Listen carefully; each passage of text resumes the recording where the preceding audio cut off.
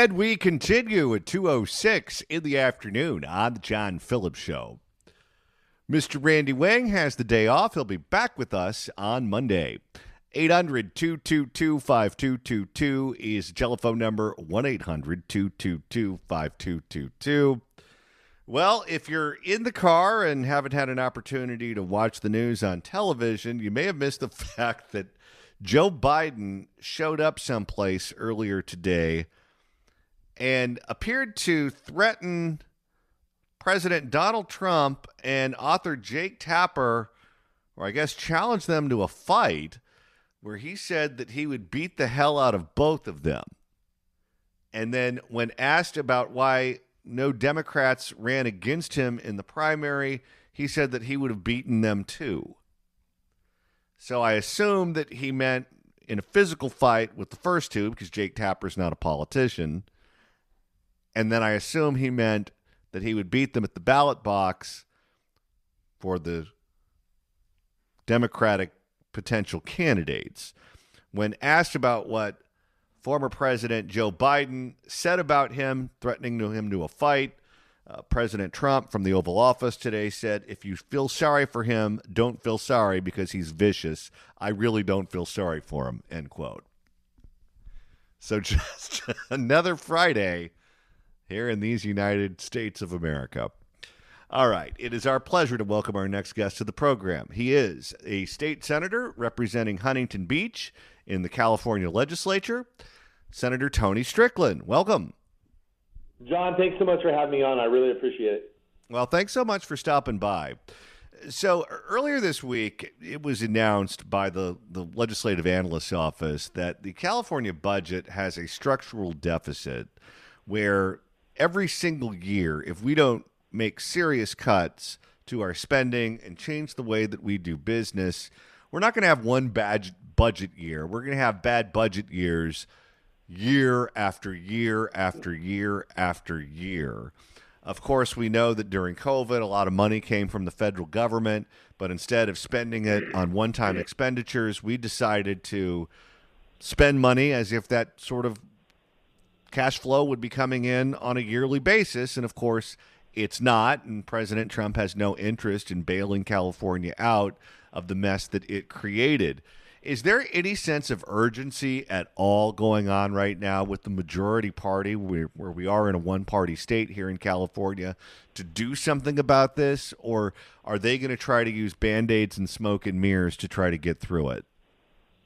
It's almost, they're addicted to spending, John. End of the day, Californians don't have a revenue problem. They have a wasteful spending problem. I was in the legislature a little over 10 years ago, and the entire state budget back then was $98 billion. And let's fast forward a decade. They've tripled the spending from $98 billion to $321 billion. You would think if you triple the spending without, by the way, with a population decrease, because more people are leaving California than coming in for the first time since the gold rush.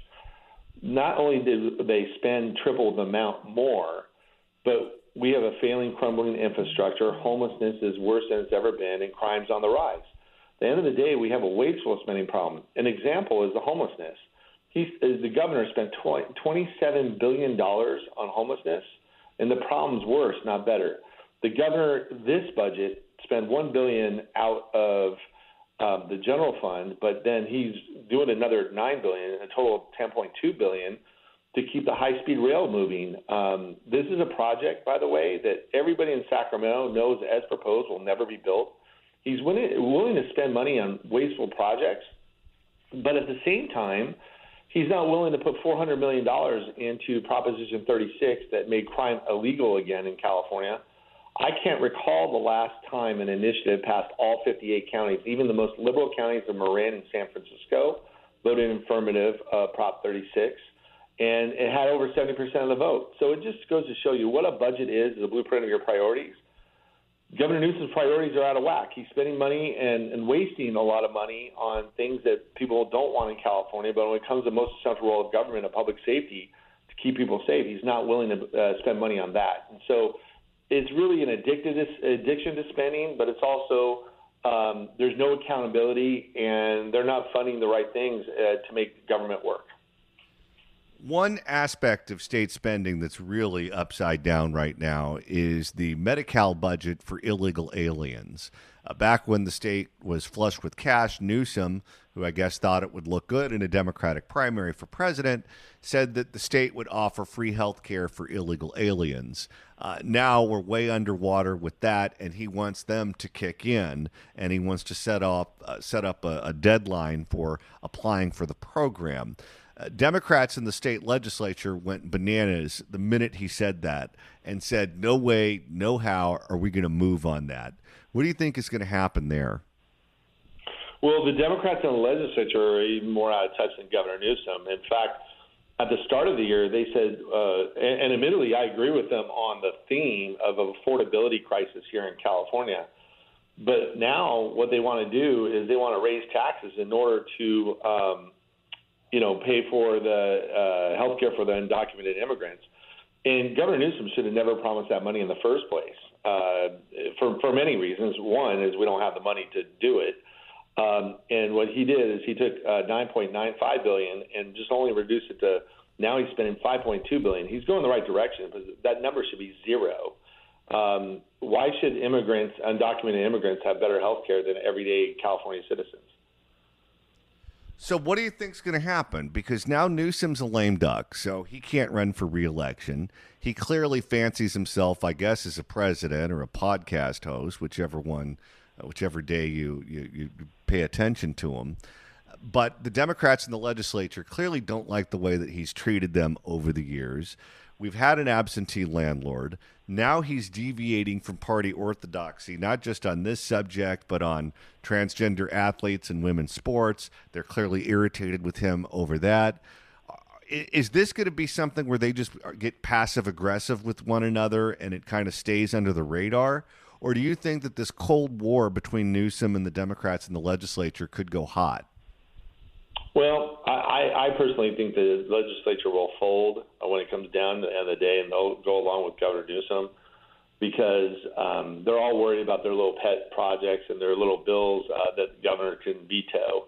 So I do think that the supermajority of the leftists in Sacramento will probably fold to Governor Newsom when it comes to some of these issues.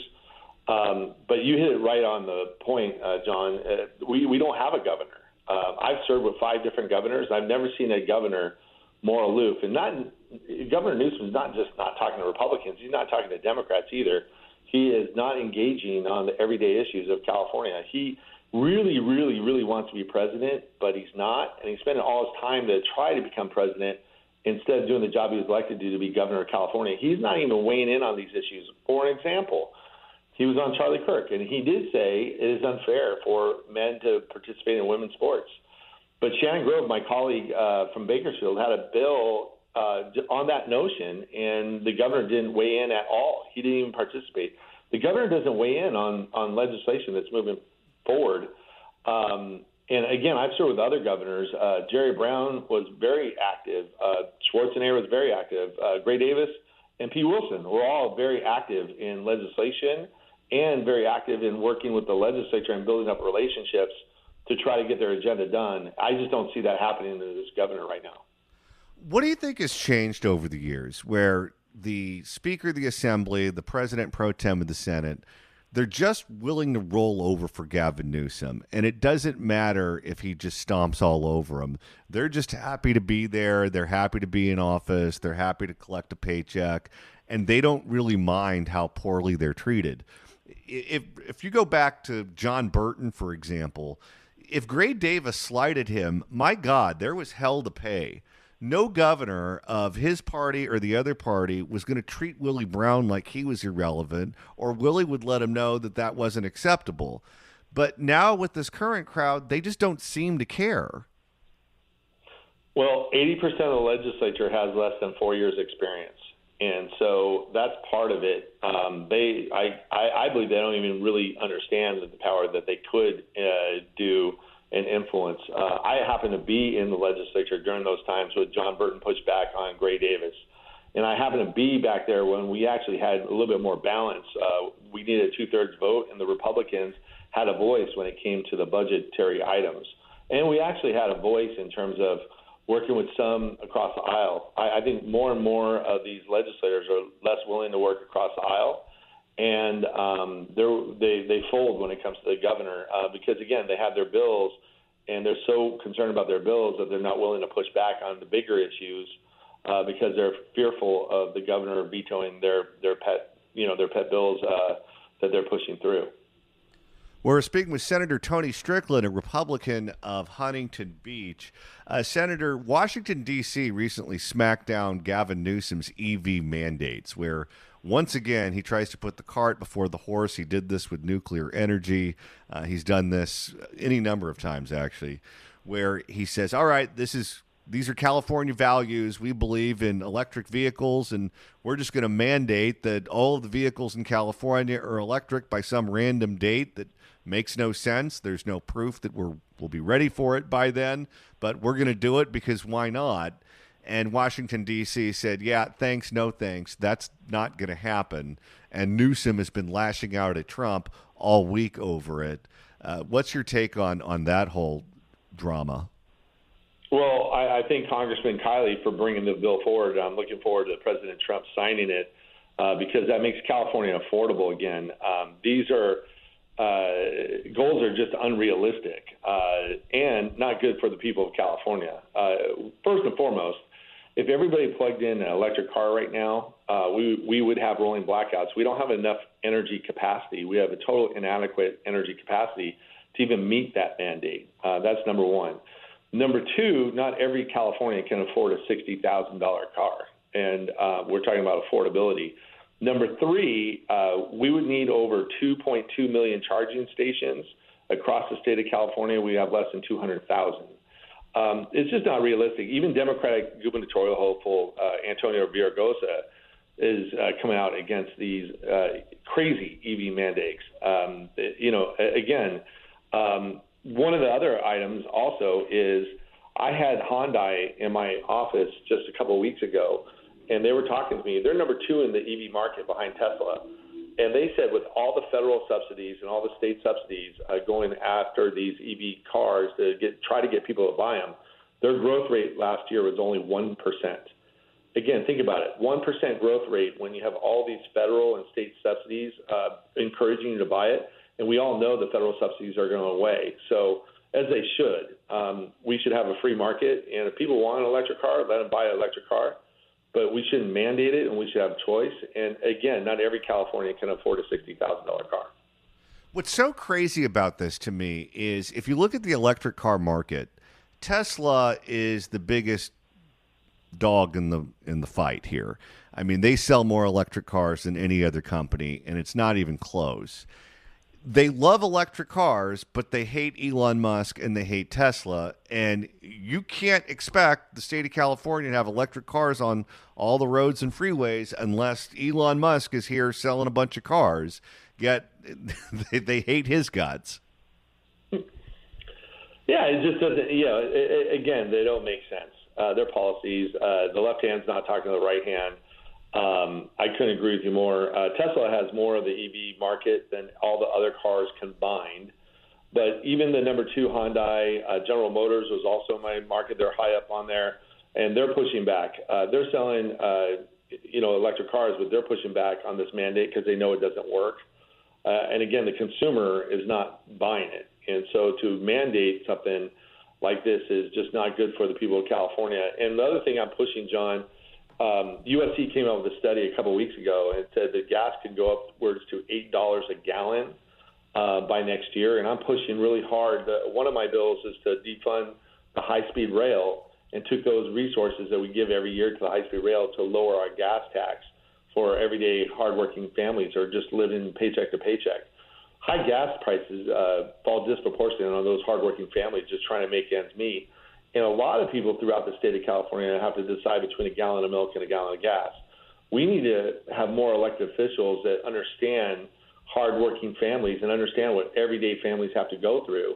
And really, I look at Gavin Newsom historically as someone like Marie Antoinette. Let him eat cake. He never abides by the laws he passes. Just go back to COVID. he wanted everybody to, stay at home and not go out. But he was having dinner at the French Laundry. He wanted everybody else's kids not to go in-person school, but his kids got to go to in-person school. And all these folks want you to, get rid of gas cars, but they all drive to the Capitol in their gas car. Last question before you go. We know that the insurance crisis in California just seems to be getting worse by the day. State Farm is no longer selling new policies in California, and they just went to the California Department of Insurance asking for a rate hike. That hike was approved.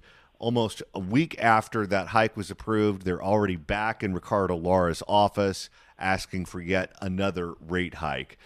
If you look at the field of candidates as to who's going to replace Ricardo Lara, who is termed out of office and has been seen as someone who's been controlled by the insurance industry, you see a lot of people who are just looking for an office to park themselves in. I know Mike McGuire, the president pro tem of the Senate, he's termed out. He wants a congressional seat, but one isn't open right now, so he figures I'll just park myself there. And then, oh, look, that seat might actually open. So now other Democrats are moving in to the field, including Steve Bradford from Southern California, who has made reparations his cause celeb, and that's really what he spent all of his time on. The one thing that both of these guys have in common is that neither one of them knows much about the insurance industry. So it looks like we could have yet another Ricardo Lara type of insurance commissioner. Are the Republicans gonna field a candidate who is credible in that race so we can at least have the choice of someone who knows something about that industry as opposed to two people who are just using it as a place to park themselves? Well, I'm hopeful that we do have a strong candidate, not just for insurance commissioner, for every office, statewide office, as well as throughout the state of California. I haven't heard of a candidate coming forward, but one of the things about the insurance commissioner position is I actually believe it should be appointed.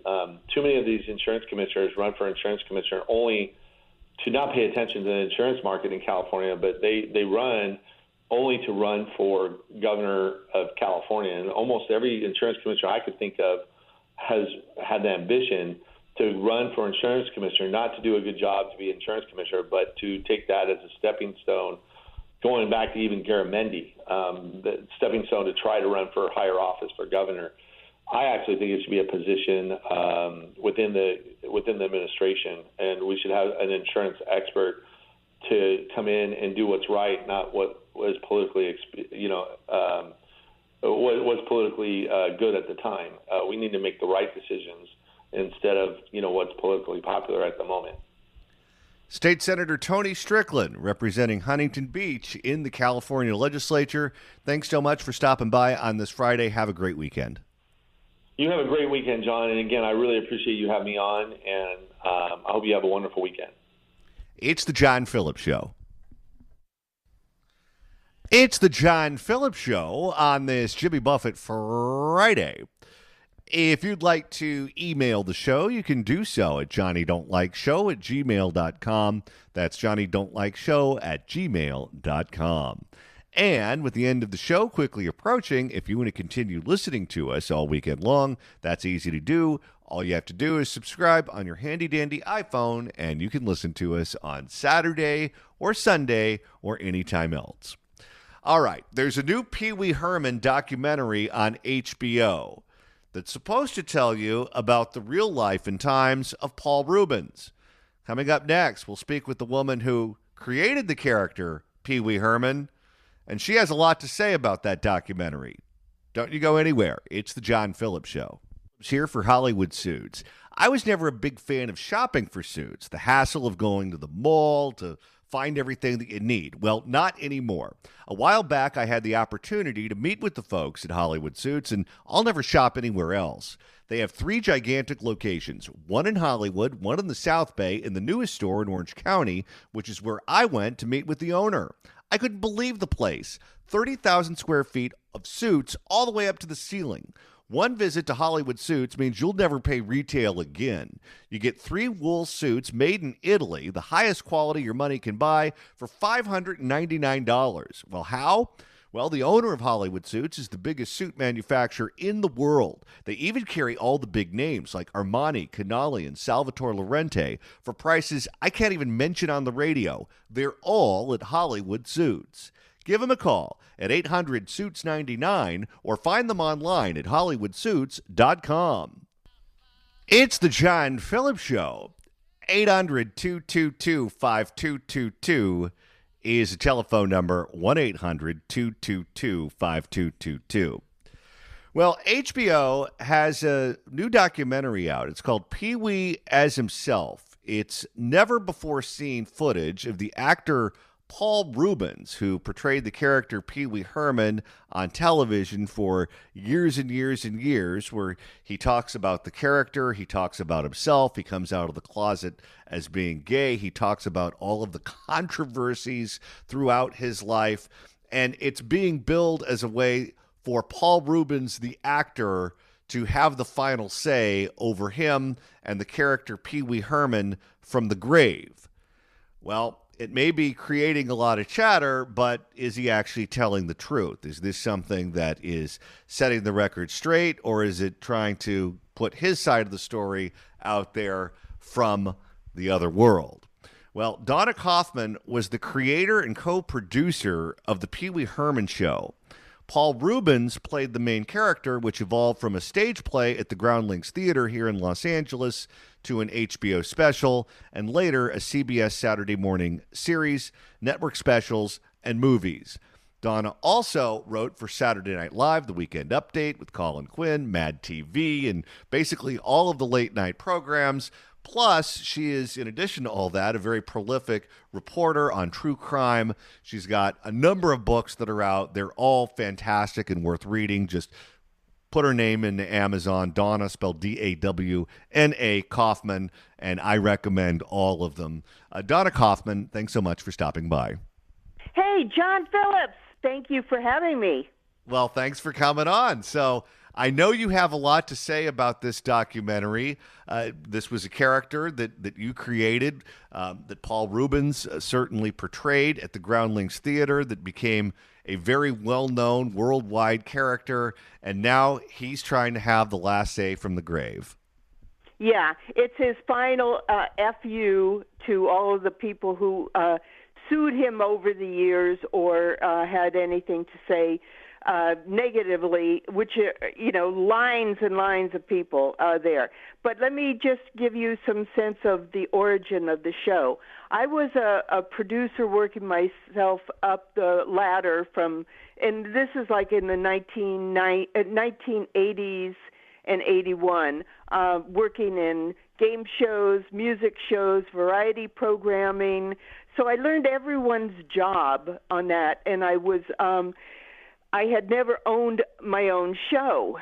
And so I worked on this late night show that got censored, and I thought, gee, I need to create a show that looks innocent on the outside but has a deep subversive feel. And I thought, and this was years before I wrote on SNL, I said, maybe I should just create something, an overall playhouse kind of thing, and all I need is somebody to be the host of it. Well, Paul Reubens had been working at the Groundlings, which was an improv group, still is, on Melrose Avenue in Hollywood, and he was best known as Pee-wee Herman there, and he would dress in the costume and have the look of Pee-wee, and he would be in front playing with the audience, tossing really hard little Tootsie Rolls at people, and while behind him the scenes were changing for the next improv. He was not an improv guy, but everybody else there was. But he was a character. So he had the suit, he had the character, Pee-wee Herman. Somebody told me, hey, you should have him be the star of your show. And that's where I made my first mistake. Do not name a show after someone you may want to fire or kill. So anyway, I didn't know. So we decided to work together at the Groundlings, and we would make this a Friday and Saturday night midnight show at the Groundlings. And let me tell you, there was nothing happening on Melrose.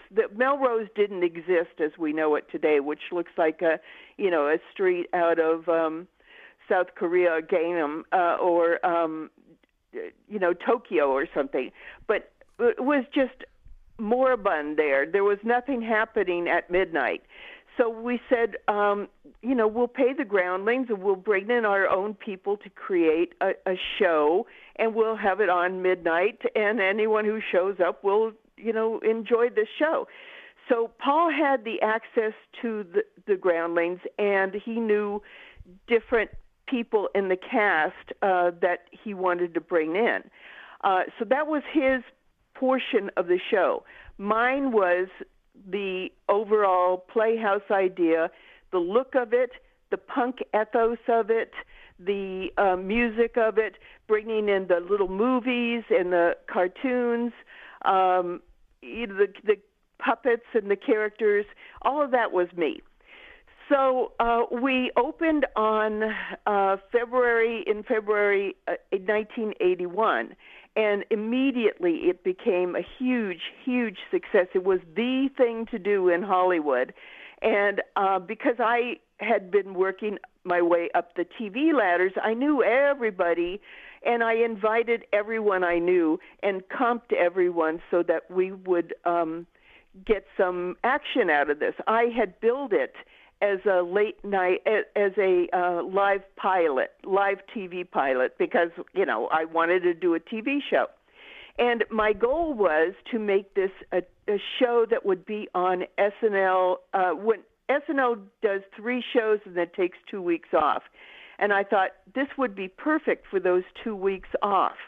Or go back to where I had just come from, CBS late night, and do it there. But it was definitely a late night show idea for television.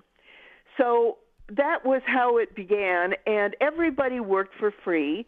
And Paul said, I'll handle the contracts. I have an attorney.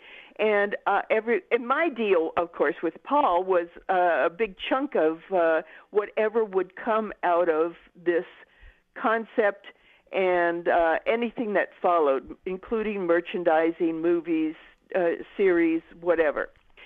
So it turned out that he started doing secret meetings with CBS Saturday morning people, and I found out about it, and I was like appalled. First of all, Paul was never supposed to be around children. That was a bad idea. And this was supposed to be late night, not Saturday morning. But he got his show on the air, and he basically ripped everyone off who helped him, including me, the worst. But, when he was running the CBS show, he was sued by everybody. And there's a Spy Magazine article called Pee-wee's Courthouse about all the people who had trouble with this guy because he was a thief. He was a mean-spirited thief.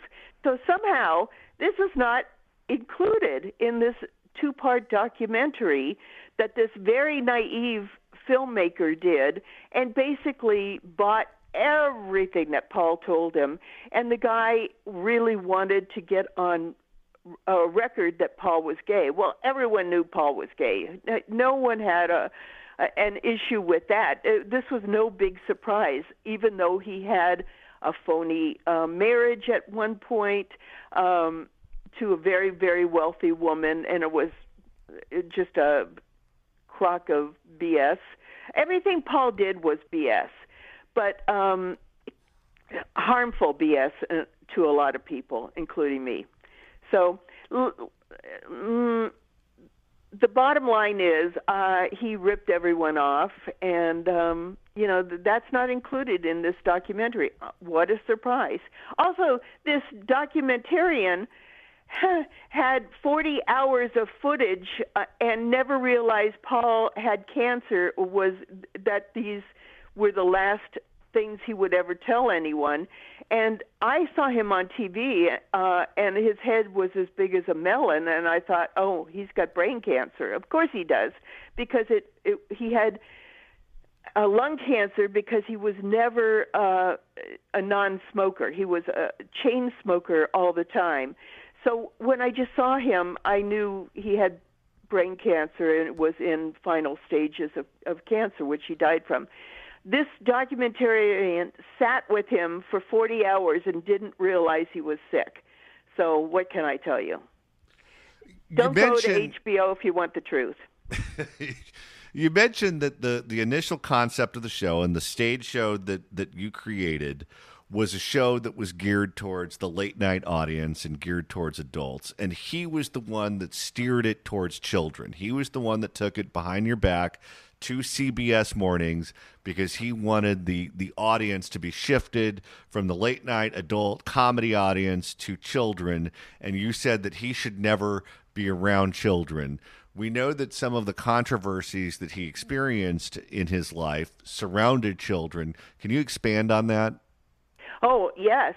Well, we know that toward the end of the run on CBS, they pulled the plug on more seasons because he was arrested for doing what people do in a porn theater in Florida.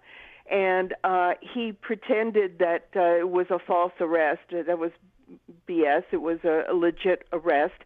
And one could argue, like, who cares about that? That's what you do in those theaters. This is before there was porn readily available online.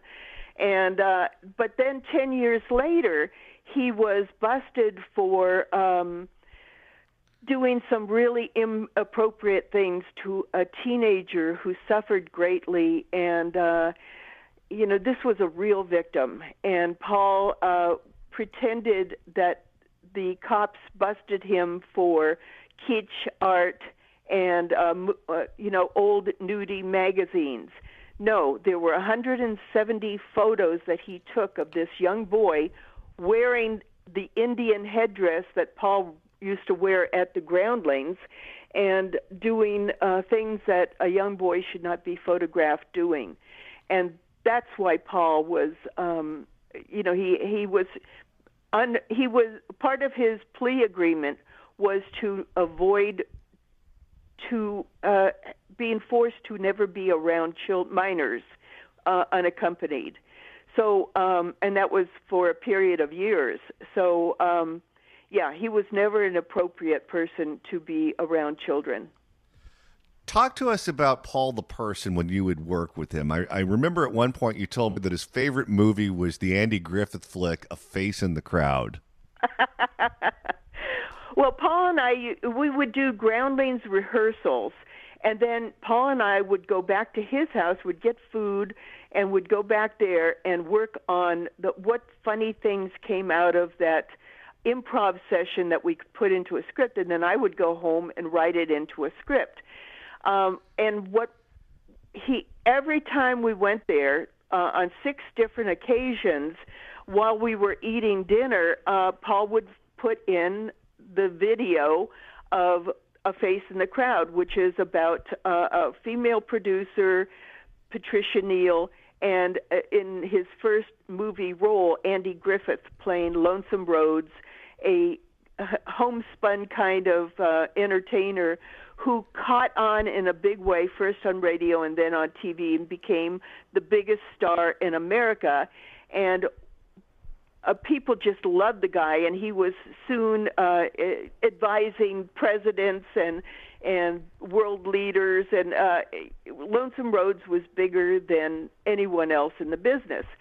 Well, he also had a dark side, which was as soon as he got off stage, he would criticize the stupid people who listened to him and love him. And only the female producer knew that. So Paul would put in this video of the film, and then it would get up to at the moment where Lonesome Rhodes was at his very highest degree of influence, and Paul would pop out the tape and say, "Let's get back to work." And I'd go, "Well, wait, I want to see how the film ends." "No, let's work." Okay, so 6 times that happened, and then I thought, you know what? I never have seen the ending of this film. So I rented it and I watched it. And what happens is the female producer leaves the audio on, and everyone in America hears Lonesome Rhodes talk about how much he despises the yahoos who buy everything he says. And Paul did not want me to see the great come down of Lonesome Rhodes and Paul Rubens. So it was just, a shrink would have a field day, looking at that piece of evidence and determining what that means. Last question before you go. We only have a couple of minutes here, but do you believe that this documentary is his effort to manipulate the record from the grave? Oh, absolutely. The filmmaker thought he was getting a big reveal saying that he was gay. That wasn't the truth. Paul also says in it that his most hurtful thing is that people think he's a pedophile. And that went unchallenged. He could have gotten court records. I sat through court hearings about Paul's arrest, and this guy could have had access to all of that. He didn't want to. He could have interviewed the now adult victim. He didn't do that. He just accepted everything Paul told him. So it's unfortunate, but it's not the truth. And at HBO, they're not a news organization. You give them footage, and we began the show. The Groundlings play moved to the Roxy Theater, and the final performance there was shot for HBO.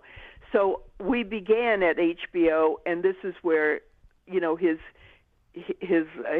story ended, but it's not the true story. Dawna Kaufmann, you're the best. Very few people can do comedy, and I don't know anyone else who can do comedy and true crime the way you can. Thank you so much for stopping by. Thank you so much for setting the record straight, and we'll chat again real soon. Thank you for letting me talk. All right, John, all the best. Have a great weekend. Dawna Kaufmann, everyone. It's the John Phillips Show. It's the John Phillips Show. That's going to do it for Jimmy Buffett Friday. Have a great weekend, everyone. We'll see you Monday at noon.